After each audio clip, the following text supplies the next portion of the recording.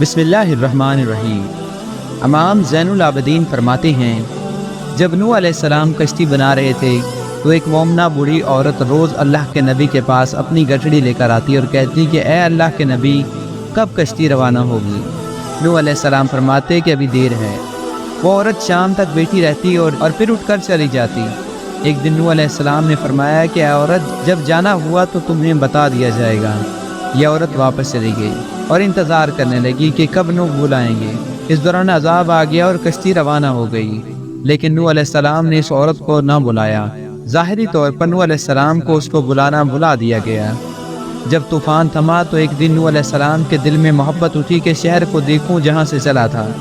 وہاں آئے تو قریب جا کر دیکھا کہ ایک جھونپڑی میں دیا جل رہا تھا۔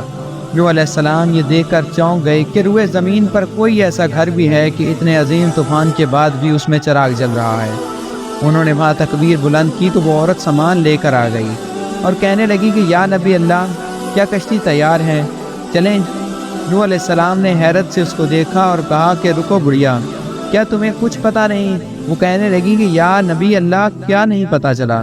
کہا کہ اتنا بڑا سیلاب آیا، بارش آئی، تمہیں کچھ بھی نہیں پتہ چلا؟ بڑھیا کہنے لگی یا نبی اللہ، بس ایک دن بادل گرجے تھے اور کچھ ہلکی پھوپھار پڑی تھی۔ نوح علیہ السلام حیران ہو کر آسمان کی طرف دیکھنے لگے اور کہا کہ میرے اللہ، کیا ماجرا ہے؟ اللہ تعالیٰ نے نوح علیہ السلام پر وحی بھیجی کہ اے میرے پیارے نبی، اس عورت کے دل میں چونکہ تمہاری محبت تھی تو تم نے اسے پابند کر دیا تھا، اور چونکہ تمہارا اس سے وعدہ بھی تھا کہ نجات کی کشتی میں اسے لے جاؤ گے، تب جب تم نے اپنا وعدہ پورا نہیں کیا، لیکن اے نوح علیہ السلام، میں تو تمہارے وعدے کا ذمہ دار تھا، اس لیے میں نے اس بڑھیا تک عذاب پہنچنے ہی نہیں دیا۔